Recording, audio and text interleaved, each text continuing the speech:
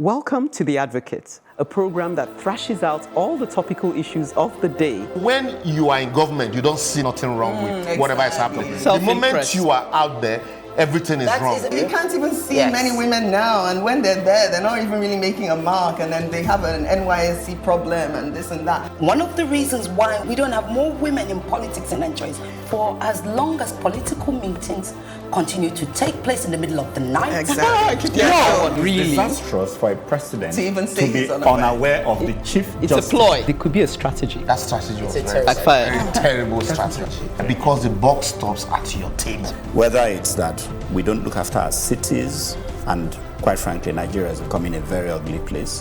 When you are the only one feeding the people with this news, and there is nobody countering them, it becomes, the news. It's that time again when we say, welcome to The Advocate, where we're not adverse to straying into paths of the topical and even controversial. Benga is with us again, and he's basically asking what's wrong with the Nigerian police. Amidst the notorious FBI and Saudi lists, Ireti, in bold-faced style, is confronting the ethnicity of crime. Chuka, whether you agree with him or not, typically presents us with a fresh perspective on things. Ekene takes on the minimum wage and says essentially, this is only just the beginning. I'm beginning by asking, can we not just make Nigeria work for us? We won't keep you waiting. Back in a minute. Mediocrity is merely a pattern of doing things that can be reversed. Make Nigeria work for us. That is my title this week. I woke up on Monday morning feeling great and very optimistic. I even had the audacity to tell my 5-year-old that his happiness was in his control, that all he had to do was resolve to be happy, and happy he would be. Little did I know what was in store for me. That morning, I had some errands to run, such as 2 bank runs and some grocery shopping. So I quickly headed to the bank, hoping to transfer some FX as payment for services rendered. As I had already started the process a week ago, I felt it would be plain sailing, as all that was outstanding was money to cover the charges, which was sorted out over the weekend. I expected to be in the bank 30 minutes max. Wrong. I got there and was asked to fill yet another form, and was then told that my account was restricted and I had to wait for that to be sorted out. I eventually left the bank 1 hour later and my account was still restricted. Off I went to the second bank and was told that I couldn't cash a check with my company ID without my BVN. I queried them, but they insisted and eventually explained that it was because I wasn't using the regularized form of ID. I dashed back to my car and grabbed my driver's license. The cash was finally released. Next up was the supermarket. Having given the money to the cashier, she then looked at me and said, "Madame, I have no change." So I asked her what she wanted me to do. She huffed and puffed whilst I went through my phone. Eventually, she found a rotten 200 naira note and gave that to me. I refused to receive it, and there was more huffing, and then she returned with one in a better condition. I then returned to the first bank and spent another 40 or so minutes before my transaction was completed. Why is everything so difficult to do here? What others take for granted, we suffer for. In a day, that's all I managed to achieve, and was exhausted from all the mental gymnastics I had to go through. It is time we challenge our systems more and insist that they work for us. We must get into the habit of complaining more, and if need be, protesting by withdrawing our patronage. It is time to stand up for ourselves. Rant over. Rant away. Rant over. You're loud. Well, let's hope I will not spend as long as you did in the bank this afternoon when I go this afternoon, because I have to. Brace yourself. Good luck Yes, with I'll that. brace myself. I try to avoid going to banks. Yes, I yes. do as much as I can online. Likewise. because I always say to myself, going to the bank is like going to the dentist. You know, Yeah. you can never predict how long it will take. Yeah. So I don't feel very happy. And what pain you'll come out with. Yeah. Okay. That's true. That's Yeah, true. but I mean, when you're talking about protesting more, I like your bit about telling your son that he just had to purpose to be happy. It was great and that happy morning. he would be. He came in grumpy, and I was like, Sounds like a stop sense. being so grumpy. You know, seize the day, be happy, and there Just you make go. up your By mind. the time I came back, I wasn't happy. Yeah. But I witnessed something. I think it was on Sunday evening. We went to one of these, local eateries and just to order some chicken. And someone had come in, and apparently they started telling him that his chicken would take so long. But by the time they had the chicken, which took about 25 minutes, they had already dished out his chips. So he said, no, actually, you can't have I saw you dish out those chips, and I'm not having those chips. They tried to tell him that, no, it wasn't that long. He said, no, I know when you dish them out, and I won't have cold chips, so you have to either get rid of it. So when they were still debating with him, trying to convince him, he said, I'll cancel my entire order. And because he had quite a lot, they quickly rushed and got him fresh chips. Now, I know that they'll never make that mistake again. They'll wait till the chicken is ready. And, he had to take that protest, as you call it. Yeah. Or they wouldn't have understood that, look, customers are always right. And, he really had to insist and say, I'm not standing for this. At some point, he went overboard and said, how long are you frying the chicken for? It shouldn't take more than 5 minutes. I worked in McDonald's, the usual. And at that point, everybody was like, yeah, we know you worked in McDonald's. But I pick up on something you said, and you're presuming that they will learn from that and not do it again. Yes, because they lost out. No, I bet you they won't. UCHE wouldn't have been the first person that's complained to this bank. Okay. And that's why it's important that we all continue to complain. If you go in and complain, I go in and complain, if we all feel the same pain. But the problem in Nigeria is, I think in Nigeria, people have been so browbeaten and weighted down by so many issues. So first you complain, then you need somebody, they always tell you somebody's not on seat.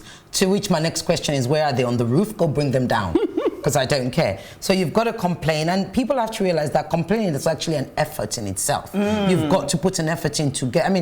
I think we've talked about this before. I think it was Richard Branson that said in an interview that told he was talking to some businessman, and he said the amount of complaints that Nigerians have with international airlines, etc. If they actually bother to put it in writing, he may have gone out of business. But because we don't bother to put it in writing, and I understand why. But if I switch it back around, I've complained in Nigeria, and I have to give them a call out because they did such a fantastic job. Marco Polo. Years and years ago, I was going to treat my team when I was still in corporate, I ordered the food, and I knew I was ordering because I had like 40 members of staff. We're celebrating, we're done. Marco Polo is a restaurant. A restaurant, it's a Chinese restaurant. So we're done our target, I think, for like 3 months consecutively. Anyway, we ordered early so it would come for lunch. Everybody picked their thing. It was a lot of money, but it was worth it. The food didn't come, and it didn't come, and it didn't come, and it didn't come. And when it came, this was missing, that was missing. I said, my staff, it's okay, let them bring it. We ate. I said, I'm not paying for that until I speak to the owner. Not the manager, the owner. Because that kind of money can't be missing in the till. And nobody would not ask any questions. So I insisted, and honestly, his name is Olumide. I was so impressed. He literally called me, asked to meet, and I explained to him, the reason I refused to pay is because of this. We ordered at 9 a.m. We wanted it delivered for 2. It was going to be our Friday, as you do, Happy Friday thing, TGIF, and we didn't get it till late in the day, etc., etc. He was so impressed. In fact, the first thing he said to me is, Madam, thank you for caring about my business. Excellent. Many people wouldn't have taken it that far. And that's what we have to remember about complaining. If somebody cares about my business, that's when they complain. If they don't care about my business, they'll just take it and vote with their feet, vote with their money, even disturb your life with their mouth, but not bother to let you know about it. They'll tell others.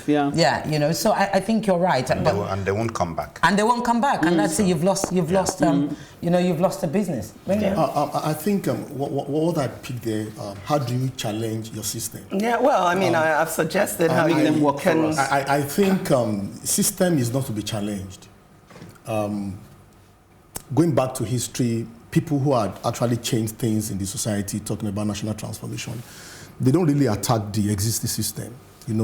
They design or create a parallel system. You mean to augment it? Or design a new one? Design alternative that will make the existing system irrelevant.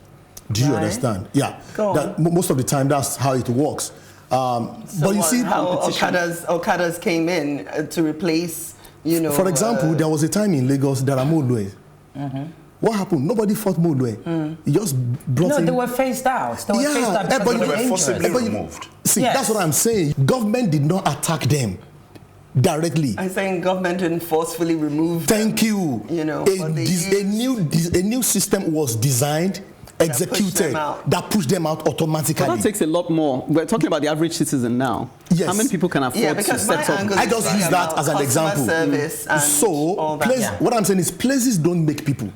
It is people that make places.